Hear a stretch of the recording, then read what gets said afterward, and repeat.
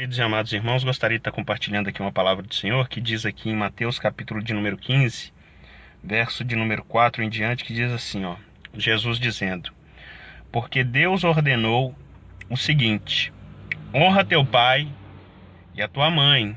Referente, Jesus está citando a um mandamento, da lei.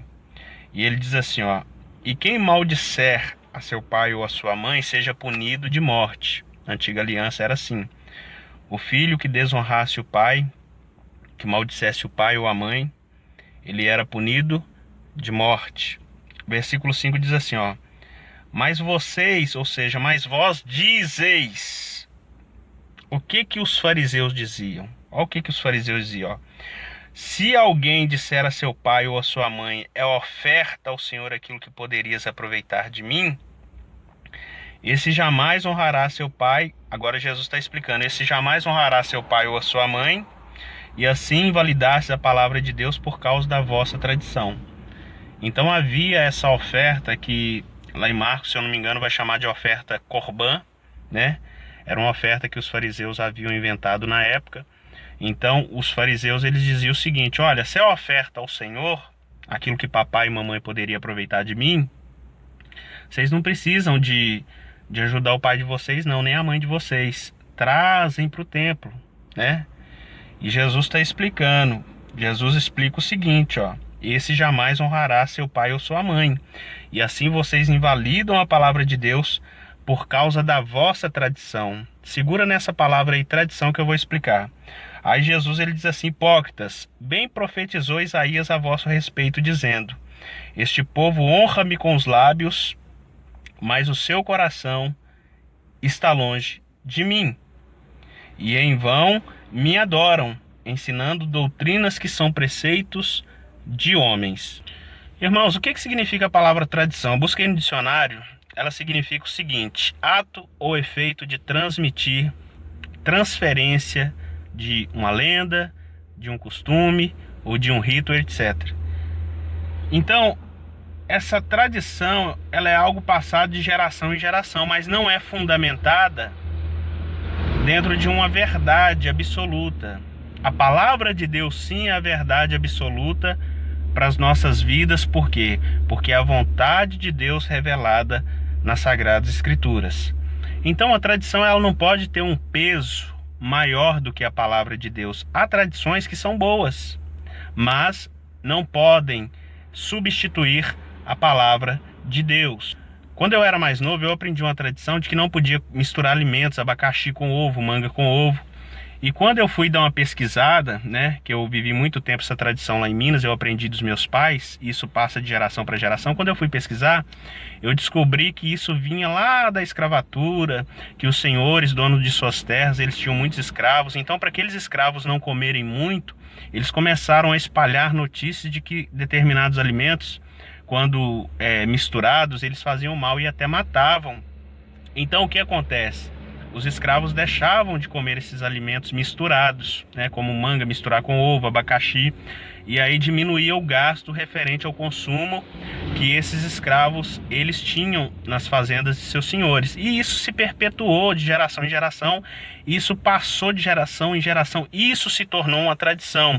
Então Jesus, ele está dizendo o seguinte, entendeu? Isso é uma tradição. Foi uma tradição criada pelos fariseus, mas eles faziam o quê? Eles colocavam essa tradição acima da palavra de Deus. É como a tradição, por exemplo, como eu falei outro dia da oração pelos mortos, tem pessoas que queimam velas nos cemitérios por seus entes queridos que já partiram. E isso eu fui questionar, eu fui perguntar à minha mãe, procurar saber dela, aonde que estava escrito isso na palavra de Deus, quem ensinou isso para ela, e ela me relatou o seguinte, que isso ela faz porque ela viu os avós dela fazendo, ela viu os pais dela fazendo, então ela também faz e possivelmente vai passar para os filhos. Eu já cheguei a queimar a vela no cemitério também, ou seja, me atingiu. E somente a palavra de Deus pode nos libertar, como me libertou e assim como libertou a muitas pessoas. Então Jesus, ele continua dizendo assim, Vocês invalidam a palavra de Deus por causa da vossa tradição. É claro que não invalida, né? A tradição não invalida, mas para os fariseus eles invalidavam a palavra de Deus por causa da tradição. Então Jesus chama eles de hipócritas, ou seja, fingidos, porque bem profetizou Isaías a respeito desses homens, né? Desses religiosos que viviam de aparência, né? Eles viviam de legalismo. Olha o que Isaías profetizou: esse povo honra-me com os lábios, mas o seu coração está longe de mim. Honrar a Deus com os lábios e o coração, ou seja, a mente, a alma, né? A mente tem a ver com alma, tem a ver com sentimentos, tem a ver com tudo que está dentro de você. Eles honram com a boca, mas o coração, verdadeiramente, né, que é onde Deus sonda, Deus ele esquadrinha, o coração desses homens estavam longe de Deus. Então ele diz assim, ó: e em vão me adoram, ensinando doutrinas que são preceitos de homens. Se eu não me engano, nos anos 80 ou 70, se eu não me engano, havia uma doutrina que para entrar no céu tinha que usar chapéu. E essa doutrina ela pereceu. Por quê? Porque ela não se fundamentou, ela não se fundamenta na palavra de Deus. Assim como muitos hoje acreditam que se a pessoa usar uma bermuda não vai entrar para o céu. A pessoa acredita que muitas das vezes todas as mulheres que usam, por exemplo, batom, que pinta a unha, não vão entrar no reino de Deus, como se isso fosse o pior pecado do mundo, quando o ser humano ele tem coisas piores dentro dele que precisam ser mudadas. Porque um esmalte é uma tinta, né? Agora, se você falar que a sensualidade é pecado, eu vou concordar com você. Assim como o ir na praia não é pecado, né? Mas a sensualidade que está na praia é pecado. Eu já fui na praia. Por exemplo, eu e minha esposa, a gente foi na Praia do Futuro, né? Lá em Fortaleza. Mas é um lugar onde que a gente viu que tem muita sensualidade, muita vaidade. O que a gente fez? A gente mudou, a gente não vai mais. A gente procura ir numa praia onde é mais deserta, tem menos sensualidade, tem menos vaidade, porque o nosso objetivo, a nossa intenção não é ir para a praia ver mulher pelada, né? O objetivo da minha esposa não é ir para a praia para ver homem com os bíceps do lado de fora. Nosso objetivo é ir lá para descansar. Nós vamos em família. Eu estou dando um exemplo aqui. Assim como saia, né? Só quem usa saia que vai entrar no céu. E aquela mulher que usa aquela saia apertadinha? Tudo isso é tradição de homem, irmão. E aquela mulher que usa aquela saia apertadinha, que exala mais sensualidade do que aquela mulher que veste uma calça que não exala tanta sensualidade assim. O pecado não está no tecido. O pecado está na sensualidade. O pecado não está no local onde você está.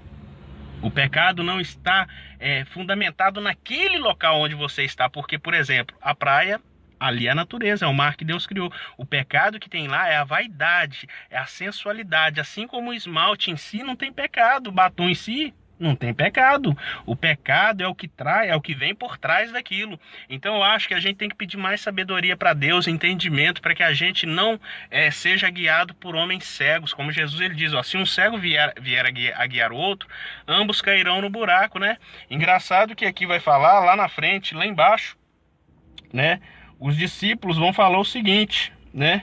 Os discípulos, aliás, lá em Mateus 23, na verdade, os discípulos vão falar para Jesus que os fariseus ficaram escandalizados com aquilo que Jesus havia falado a respeito deles. Aí sabe o que Jesus respondeu? Olha o que Jesus respondeu, ó. Ah, não, é aqui mesmo, é aqui em Mateus capítulo de número 15, ó.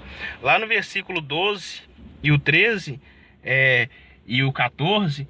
os discípulos vão chegar e vão falar: mestre, sabia que os fariseus se escandalizaram com a palavra que o senhor disse? Geralmente, religioso é assim, religioso, ele não gosta que você fale a verdade da palavra de Deus. Por quê? Porque ele vive de costume, ele vive de tradição.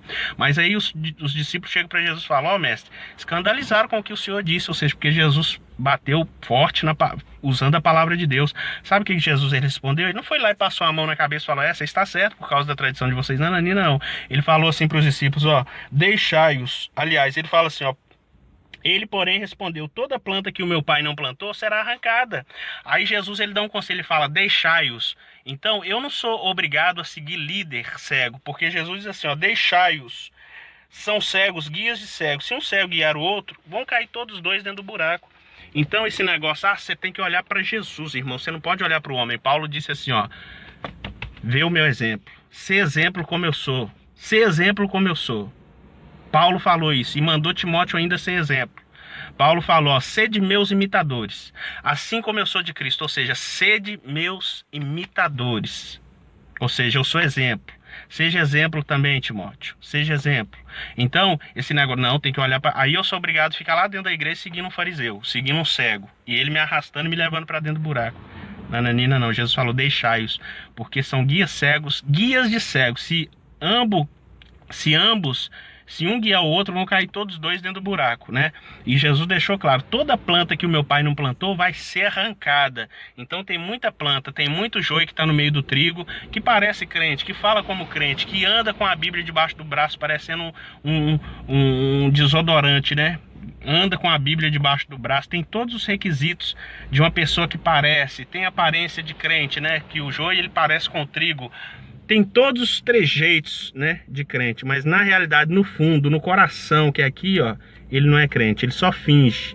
Ele só finge, por quê? Porque ele dá mais valor às tradições religiosas do que primeiramente, a palavra do Senhor. Deixa essa palavra da parte de Deus aí e que você tenha entendido e compreendido a palavra do Senhor em nome de Jesus.